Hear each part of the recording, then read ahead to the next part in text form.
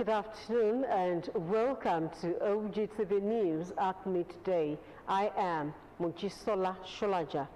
Today is Eid al-Maulud. The day is for celebration of the birth of the Islamic prophet Muhammad.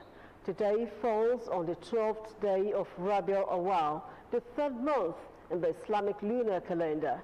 It is also used for deep spiritual reflection, teaching, and the life and character of Prophet Muhammad, and engaging in acts of charity rather than loud merrymaking.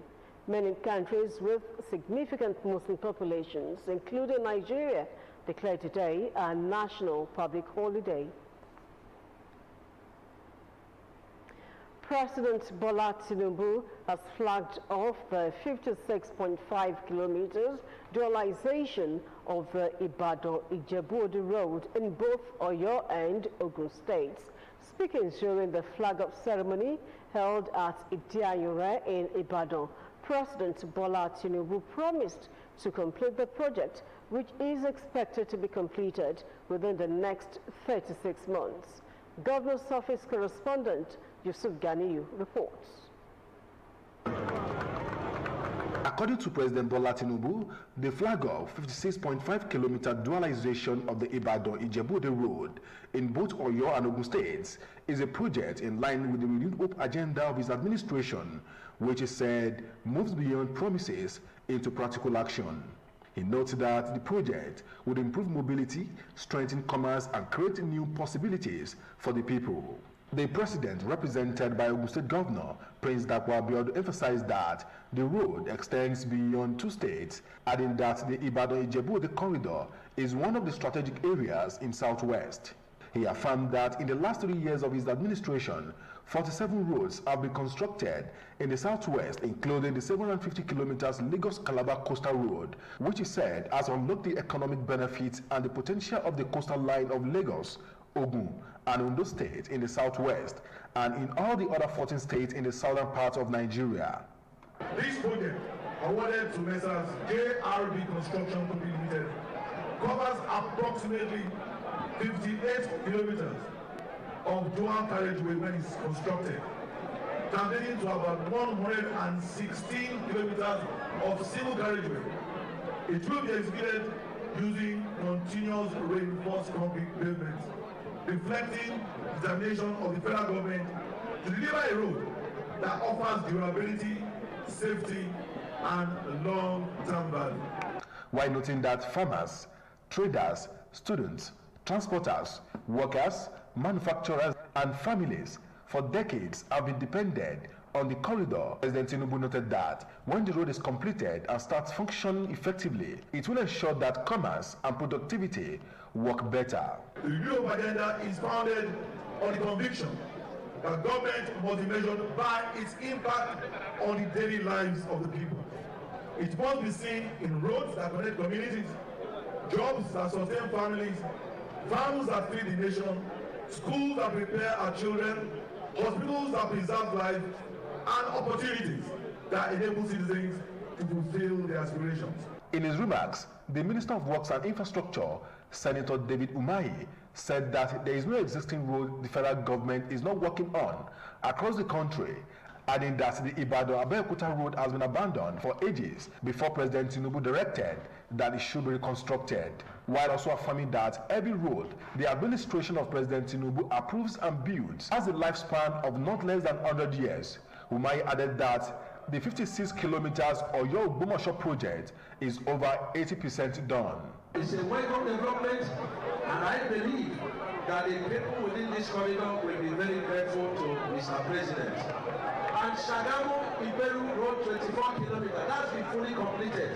Out of 47 kilometers of the projects, major projects of roads and bridges in Southwest, we have completed 12 that are listed in this book. And among them is the beautiful Shagamu interchange to flyover. There were goodwill messages from Olubadan of Ibadan, Oba Rashid Ladoja, Ebumawe of Agowe, Oba Razak Adenuga, as well as a member House of Representatives, Honorable Joseph Adegbeson, amongst others. The people of Ibadan land, the people of Oyo State, take this opportunity to thank Mr. President for all he has been doing for us, and we believe, whether it belongs to APC or not, doesn't matter. The Minister, Mr. President, has said that they are very, very grateful and will retaliate during the election. When they are going to Ibadan, otherwise, they have to go apply through Ibadan Express and enjoy good will of my excellency, who has transformed all the roads in that houses to get to Ijebu with appreciation of what President Bola Tinubu has come up with this new initiative that I will enjoy. We sincerely appreciate the federal government commitment to the project and urge that the work is sustained to completion, given the enormous economic, social, and development importance of this road, our people, and the wider region. The dualization of the Ibadan-Ijebu road, both in Oyo and Ogun State, is among many other projects embarked upon by President Tinubu-led administration, especially in the southwest, to improve the economic landscape of the country. Yusuf Ganiyu, OGTV News. President Bola Tinubu has expressed sadness over the death of veteran Yoruba actor Taiwo Hassan, popularly known as Ogogo, describing his passing as a major loss to the Yoruba film industry, Nollywood, and Nigeria's wider creative sector. In a condolence message by his special advisor on information and strategy, Bayo Ononuga, Tinubu extended his sympathies to the actor's family, colleagues, friends, and admirers. The president described Ogogo as a gifted entertainer whose decades-long career contributed significantly to the development of Yoruba theatre and Nigerian cinema. Tinubu also commended the late actor for using his craft to promote Nigerian stories and preserve the country's cultural heritage. He described Ogogo's death as a significant loss to his family and the creative industry. The president, on behalf of the federal government, condoled with the bereaved family and others affected by the actor's death. The Nigeria Financial Intelligence Unit, NFIU, has uncovered an emerging crowdfunding network being exploited to raise and channel funds for terrorist operations. This is as the agency said terrorist financiers were opening bank accounts in women's names, as well as using phone numbers for mobile banking or accounts, alerts that are not registered to the account holder or the true beneficiary. According to the reports, the crowdfunding scheme involves foreign-based facilitators using social media platforms to solicit donations under the guise of humanitarian relief or educational support before moving the funds through multiple layers to terrorist operatives in Nigeria. The NFIU also uncovered sophisticated methods of disguising terrorist transactions through detailed or coded narrations. And now to the United States, President Donald Trump has threatened to hike U.S. tariffs on automobiles originating in Canada as the trade war between the two neighbors continues to heat up. Trump said that it will increase tariffs on Canadian cars and trucks as well as auto parts from 25% to 50% as from January 1st. It comes after U.S.-Canada trade talks collapsed late last week, with each side accusing the other of making unreasonable last-minute demands. And now talking sports, Alexander Shafarian says he is not interested in replacing Gianni Infantino, but warned he could face a leadership challenge. He stressed his focus remains on UEFA and maintaining his credibility outside the race. Infantino is under pressure to step down over a failed plan to attract private investment into FIFA tournaments, including the World Cup. The proposal sparked criticism across the football community. UEFA has even threatened to boycott FIFA competitions, with other federations withdrawing support. Ceferin believes Infantino's once strong position is now weakening. He added that Infantino may have to step down or face a challenge at the next FIFA Congress. Support from fans, players and football stakeholders has declined, unlike when he was first elected in 2016. Now, to end the news at midday, it always seems impossible until it is done. The words of Nelson Mandela. We've come to the end of the OGTV News at midday. We thank you for watching. Stay with us as we bring you Iroyin. Good afternoon.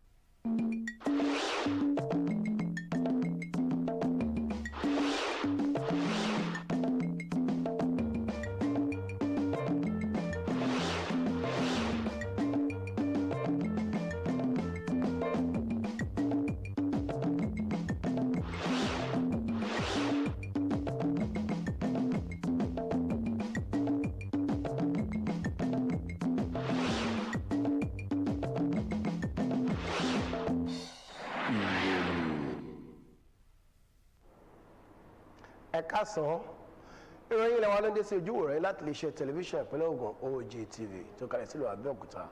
Olúmáyọ̀wá Àbàjìgín ni oníròyìn yín. Òní ni ọjọ́ tí wọ́n yà sọ́tọ̀ láti ṣe ayẹyẹ ọjọ́ ìbí Ànábì Muhammad. Ọjọ́ yìí ló bọ́ sí ọjọ́ 12 Rabiul Awwal, oṣù kẹta ní oṣù kàlẹ́ndà mùsùlùmí. Ó jẹ́ ọjọ́ tí wọ́n ń lò láti fi ní ìrònú jinlẹ̀ ẹ̀mí pẹ̀lú ìkọ́ni nípa ìgbé ayé àti ìwà Ànábì Muhammad sallallahu alaihi wasallam àti ẹ̀mí ìtọrẹ àánú ìta ọmọ sísàkàṣe, èyí tí ó kù kí a kan máa pariwo aláyẹyẹ nìkan lọ.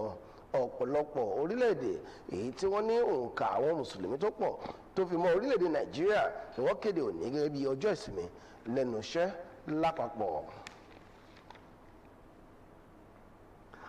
Ààrẹ Bọ́lá Ahmed Tinubu ni ó ti fìdí bíbẹ̀rẹ̀ iṣẹ́ àkànṣe fífẹ̀ ojú òpópónà ní kìlómítà 16.5 láti Ìbàdàn sí Ìjẹ̀bú Òde ní ìpínlẹ̀ Ọ̀yọ́ àti Ògùn lélẹ̀ nígbà tí ó sọ̀rọ̀ níbi ayẹyẹ ọ̀hún tó fi wá sí ìmúṣẹ ní ìdí ayùn rẹ̀ nílùú Ìbàdàn. Ààrẹ Tinubu ló ṣe ìlérí láti parí iṣẹ́ àkànṣe yìí ní àárín oṣù 36 sí àsìkò yìí. Akọ̀ròyìn iléeṣẹ́ tẹlifíṣàn OGTV ní ọ́fíìsì gómìnà Yusuf Ganiu ló bá pín síbẹ̀. Ẹ̀gbọ́n tó ń bọ̀ lẹ́nu Fọlá Adésínà Green.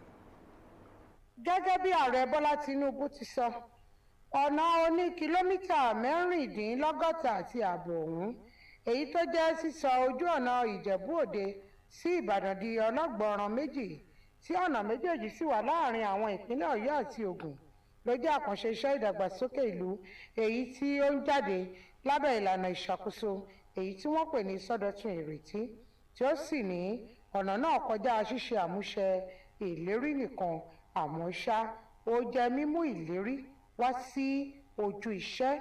Bó wá tọ́ka rẹ̀ wípé àkànṣe iṣẹ́ ìdàgbàsókè náà ni yóò jẹ́ kí lílọ bíbọ̀ àwọn èèyàn ìlú àti ọkọ̀ ó lè rọrùn, yóò ró ètò ọrọ̀ ajé lókun àti agbára, yóò sì tún fi ààyè gba oríṣiríṣi àwọn àkànṣe iṣẹ́ ìdàgbàsókè mìíràn. Ààrẹ, ẹni tí gómìnà ìpínlẹ̀ Ògùn Ọmọọba Dàpọ̀ Abíọ́dún ṣojú fún, tẹnumọ́ wípé ojú ọ̀nà náà ni ó lọ kọjá àwọn ìpínlẹ̀ méjèèjì náà, láfikún wípé Ìbàdàn sí Ìjẹ̀bú Òde ló jẹ́ agbègbè èyí tó wà ní ẹkùn gúúsù ìwọ̀ oòrùn ilẹ̀ Nàìjíríà. Ó wá sọ ní àsọdájú pé láàrin ọdún mẹ́ta ìgbìmọ̀ ìṣàkóso ààrẹ Bọ́lá Tinubu, àwọn ojú pópónà 57 ni ó ti ṣe ní ẹkùn gúúsù ìwọ̀ oòrùn ilẹ̀ Nàìjíríà, nínú èyí tí a ti rí ojú ọ̀nà oní kìlómítà 750 tó lọ láti ìpínlẹ̀ Èkó sí Calabar, èyí tí ó sọ wípé ó ṣí ọ̀pọ̀lọpọ̀ àǹfààní sílẹ̀ lẹ́ka ètò ọrọ̀ ajé tí ó sì jẹ́ kí àwọn ìpínlẹ̀ Èkó, Ògùn àti Oǹdó ní ẹkùn gúúsù ìwọ̀ oòrùn ilẹ̀ Nàìjíríà ó rí ìdàgbàsókè yìí tó gbópọn gbà.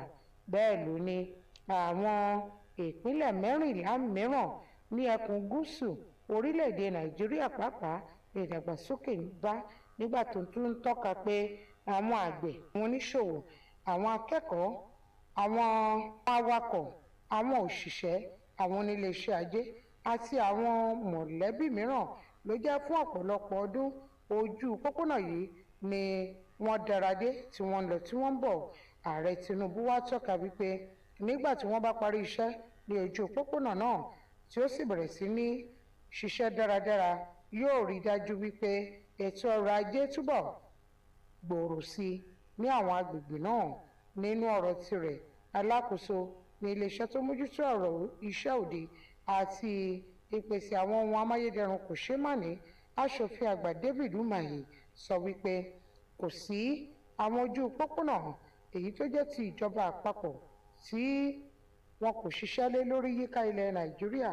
Láfikún wípé ojú ọ̀nà Ìbàdàn sí Abẹ́òkúta tí wọ́n ti pàtì fún ọ̀pọ̀lọpọ̀ ọdún kó tó di wípé ààrẹ Bọ́lá Tinubu dé orí àlééfà ni wọ́n ti pàṣẹ wípé kí wọ́n lọ tún ọ̀nà náà ṣe. Nígbà tó tún sọ dájú wípé gbogbo àwọn ojú pópónà èyí tí ìgbìmọ̀ ìṣàkóso ààrẹ Bọ́lá Tinubu ti bu ọwọ́ lù tí wọ́n sì tún ti ṣiṣẹ́ lé lórí ló jẹ́ wípé ó kéré tán wọn yóò lo 100 ọdún kó tó di wípé bóyá wọn kò sí ní ipò tó bójúmu mọ́. Umahi tún fi kún ọ̀rọ̀ rẹ̀ pé ojú ọ̀nà ní kìlómítà 16 tó lọ láti Ọ̀yọ́ sí Ògbómọ̀ṣọ́ ni iṣẹ́ ti fẹ́ parí lórí rẹ̀.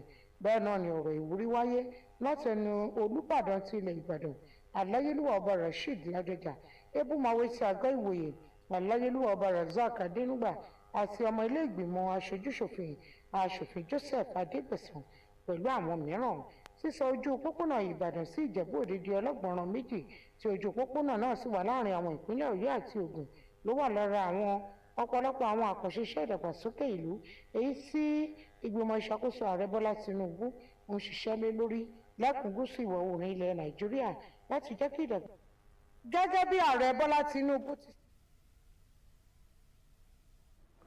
Ààrẹ Bọ́lá Tinubu ló ti fi ìbánikẹ́dùn ránṣẹ́ lórí ìpapòdà gbajúgbajà òṣèré tíátà Táíwò Hassan tí wọ́n mọ̀ sí Ògògó pẹ̀lú bó ṣe ṣàpèjú rẹ̀ gẹ́gẹ́ bí àdánù ńlá sí ẹ̀ka àwọn onísinimá Yorùbá àti àwọn eré ìtàgé lórílẹ̀‐èdè Nàìjíríà, gẹ́gẹ́ bí àtẹ̀jáde èyí tí ó fi léde lọ́wọ́ olùrànlọ́wọ́ pàtàkì fún ìròyìn àti ọ̀rọ̀ tó gbọ́ Báyọ̀ Ọ̀nànúgà ní Tinubu fi kẹ́dùn pẹ̀lú àwọn mọ̀lẹ́bí, ọ̀rẹ́ àti àwọn ojúlùmọ̀. Kí Ọlọ́run kó tẹ́ sáfẹ́fẹ́ rere.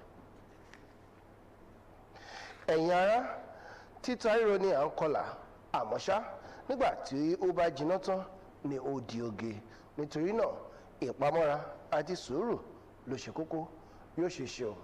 Kó jù báyìí lọ fún ìròyìn ilẹ̀ wa, ìpàdé tó di láago 4 àbọ̀ ìrọ̀lẹ́ pẹ̀lú bí ìròyìn lédè ègùn tí a kò ní nílí bí ìṣòwò aṣojú ìrọ̀ yín ẹ kú sí mi hàn ní àsìkò ọdún.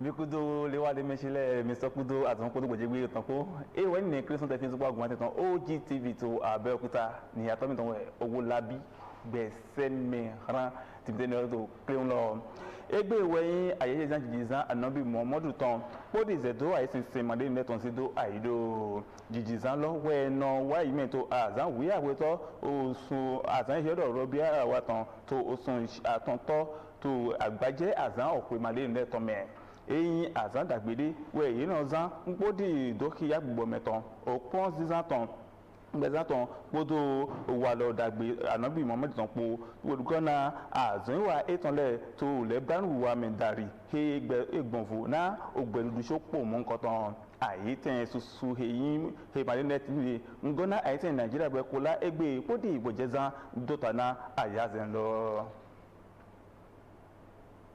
Àyètẹ̀gàn nàìjíríà tán Bọ́lá Ahmed Tinubu kò hùnú san àríbíbẹ́ àrímàdó àwẹ̀tàn ẹ̀yìn kìlómítà kan dé fọ́tàn nùkúnlòpọ̀ mọ́kàntàn tó dókòrà ònúwà tó Ìbàdàn Ìjẹ̀bú ìtàn wájú ẹ̀yìn àrídó mádáwìdá àyètẹ̀ àwẹ̀ ọ̀yọ́pọ̀dọ̀ ogun yìí má tẹ̀pọ̀ ìnìtọ́ mìtàn Yusuf Gani wẹ́tí tó fi ń dẹ́bò hìn ní tó gọ̀dọ̀ pọ́dí òkúgbé àyètẹ̀gàn Bọ́lá Tinubu tán ònú ìhùn san bíbẹ́ ònúwà tí wọ́n tún jíun àrí kìlómítà kan dé fọ̀tàn kó pọ̀tàn jí ná àrí Ìbàdàn Ìjẹ̀bú ìtàn tó ọ̀yọ́pọ̀dọ̀ ogun má tẹ̀pọ̀ pọ̀ wẹ́ náà zẹ́zẹ́ kpọ́dọ̀ títò nkúndídó dàgbé ètàn he àkọ́tún sí dó àlọ́ mọ́kọ̀tàn he dọ̀ àzínwá mọ́kọ̀tàn ewu gán pàgbọ́dídó mi tàn gbóná èmi tó bí ọkọ mi ṣùgbọ́n èmi láti dó kan wò gán mọ́ tó àzínwá dàgbédàgbé yẹn gbígbẹ́ tàn wà nìkún tó òwe ìjà yìí.